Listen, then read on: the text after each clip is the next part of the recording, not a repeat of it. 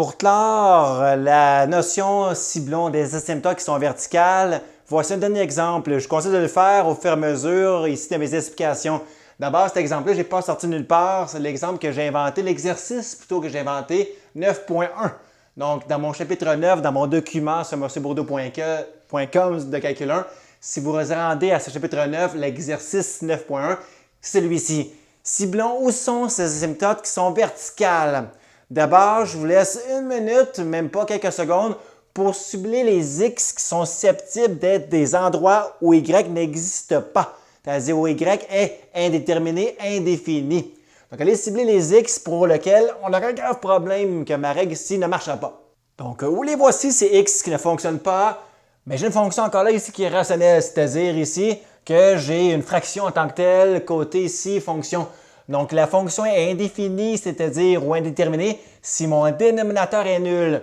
X carré moins 9, quoi au carré moins 9 donnerait 0, parce que divisé par 0 est indéfini ou indéterminé en maths. Bien sûr, si X vaut 3 ou moins 3. 3 au carré 9, 9 moins 9, 0, moins 3 au carré, ou si 9, 9 moins 9, encore ici 0. Donc là, j'aurais peut-être une asymptote en X qui vaut 3 ou en X qui vaut moins 3. Peut-être j'en ai même deux en X qui vaut 3 et moins 3 là. Donc, vérifions si on a bel et bien une asymptote verticale en X égale à 3. Donc, allez par la condition 1, reconnaître si elle est respectée ou non. Et je corrige dans environ quelques secondes. Donc, appuyez sur pause, puis on se retrouve dans à peu près une minute à peine. OK, on corrige ensemble. Condition 1. Si à la fin de ma condition 1, j'ai soit plus ou moins l'infini, j'aurai, c'est certain, une asymptote verticale en X qui vaudrait ici 3. Donc, vérifions-le. Au départ, j'aurais pu remplacer X par une valeur très près d'être 3, mais juste en dessous, genre 2.99999. Là. Ah, c'est X-là ici pour voir comment réagit Y. Mais moi, j'ai mon temps de la simplifier au maximum avant de faire ceci. Donc, au départ, j'ai factorisé mon numérateur en mettant 2 en évidence simple. J'ai bien sûr ici 2 fois X moins 3 en parenthèse. Et j'ai factorisé cette simple différence de carré en mettant X plus 3 fois entre parenthèses X moins 3 ici.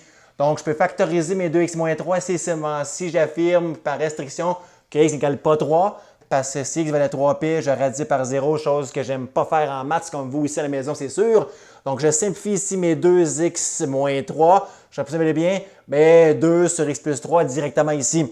Par après, bien sûr, j'ai ici à remplacer x, ma valeur très près d'être 3, mais juste en dessous, j'ai pris 2.999, là, quelques 9 au bout de mes 3 petits points. J'ai 2 sur 6. 2 sixièmes, c'est bien sûr ici un tiers simplifié.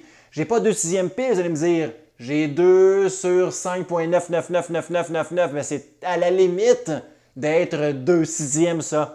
Donc, un tiers ici simplifié. Donc, j'ai un tiers, ce qui n'est pas soit plus ou moins l'infini.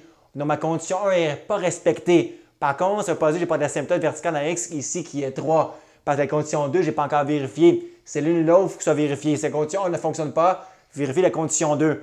Vous allez voir, ça se fait vraiment rapidement ici. La condition 2, c'est pareil à la condition 1. Là. Donc, je vais le faire en accéléré. Là. À la limite, je vais attendre X vers ici 3 plus, la bande de droite de ici de 3, de encore 2X moins 6 sur X carré moins 9. On remarque que c'est le même branle-bas de combat que tantôt, juste factorisé ici pour simplifier un petit peu ma fonction. Donc je réécris bêtement ma limite quand X tend vers 3 plus, de le double de X moins 3 ici en évidence simple, mon petit 2, le tout sur ma distance de carré que je factorise ici comme étant X plus 3, en parenthèse, X moins 3 ici en parenthèse. Je simplifie mes 2X moins 3 en affirmant encore que X égale pas 3 pile. Je vais bien encore que ma limite quand X tend vers ici 3 plus, de 2 sur encore ici X plus 3. Je remplace X, ma valeur très près d'être 3, mais c'est au-dessus, genre 3.0001. J'ai encore ici mon 2 numérateur sur 3,00, une compose de 0 ici, 1, plus 3. Donc j'obtiens 2 sur 6.000001, à la limite d'être 6, là. 2 sur très près d'être 6, donne 2 sixièmes très près d'être ici. Simplifié à un tiers. Fait qu'on remarque très bien que je n'ai pas ici ma condition 2 respectée, car je n'ai pas plus ou moins l'infini. Donc on remarque très bien que tantôt on verra quand c'est l'Atmos, que si X ça peut être 3, soit à sa gauche ou à sa droite, mais Y, il tend vers un tiers. J'aurais une belle ville, c'est sûr, hein? 3, un tiers, c'est clair. La preuve, la voici. Oui, voici ma même fonction de x moins 6, le tout sur x carré moins 9. J'appuie sur traçon graphique. On remarque très bien que si x s'approche d'être 3 par sa borne de gauche, 3 moins, là. 3 moins, Y, il ne marchera pas. J'aurais une belle ville, c'est sûr, ici. Puis croyez-moi, le Y, il était très près d'être un tiers. On voit ici 0.336, là.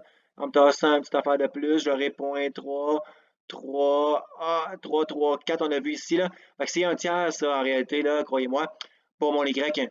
Donc, mon Y donnerait ici un tiers. Même l'autre côté, vers 3 plus, là, bande de droite de 3, j'aurai encore très près d'être 3 lignes, très près d'être un tiers, pardon, en Y. Donc, ici, j'ai 3 undefined, c'est-à-dire ici, mon Y, croyez-moi, il serait un tiers, là. J'aurais le tiers de 1, là, un tiers ici. Donc, j'ai peut-être pas d'asymptote ici à x égale à 3, mais j'en ai peut-être une là, à x égale à ici moins 3. Donc, vérifions que j'ai bel et bien une asymptote en x qui vaut moins 3, ou que j'en ai peut-être pas aussi. Je vous laisse un certain temps pour le vérifier, soit en appliquant la condition 1 ou la condition 2. Si l'une ou l'autre de ces deux conditions est bonne, ça vous donne ici plus ou moins l'infini. Oui, vous aurez une asymptote en x égale à moins 3. Sinon, mais vous allez comme tantôt avoir une valeur d'une bulle vide, c'est-à-dire une bulle vide. Donc, vous n'aurez pas d'asymptote en cet endroit-là en x égale à moins 3. Je vous laisse quelques secondes pour faire la condition ici 2, à savoir si elle respecte ou non, et elle se retrouve dans quelques secondes. Donc, vous allez voir, ça fait peur, mais c'est du pareil au même pratiquement ici. Je vais vous prouver que oui, vous devriez avoir une asymptote en x égale à moins 3. La preuve, autant la condition 1 que la condition 2 sont respectées. Donc, à la limite, prenons la fonction en tant que telle de x moins 6, le tout sur x carré moins 9, et tendons x vers moins 3, mais juste en dessous, moins 3 moins. Donc, au départ, j'ai factorisé comme tantôt, sans le répéter, j'ai simplifié mes 2x moins 3 en affirmant comme restriction que x ne donnerait pas 3 pistes, sinon je diviserais le tout par 0. Donc, j'avais donc la simplification 2 sur x plus 3. Par après, bien sûr, si mon x est très près d'être moins 3, mais juste en dessous, genre moins 3,0001, ça c'est juste en dessous moins 3, mais à peine, j'aurais ici mon dénominateur très près d'être moins 0,00001, donc une valeur donc négative, mais juste en dessous 0, mais à peine. Donc 2 sur 0 moins, donc genre 2 sur moins 0,0001, dans une extrême petite valeur. On dit que ça vous donne ici moins l'infini. Au pire, si vous ne croyez pas, faites-le, vous allez vous apercevoir que c'est le cas.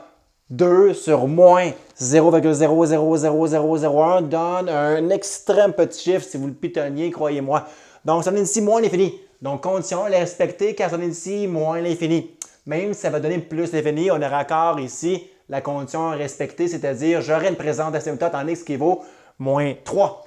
La condition 2 est aussi respectée. Donc, la preuve, tout est pareil, c'est-à-dire faisons tendre x vers moins 3, mais juste à sa droite, moins 3 plus.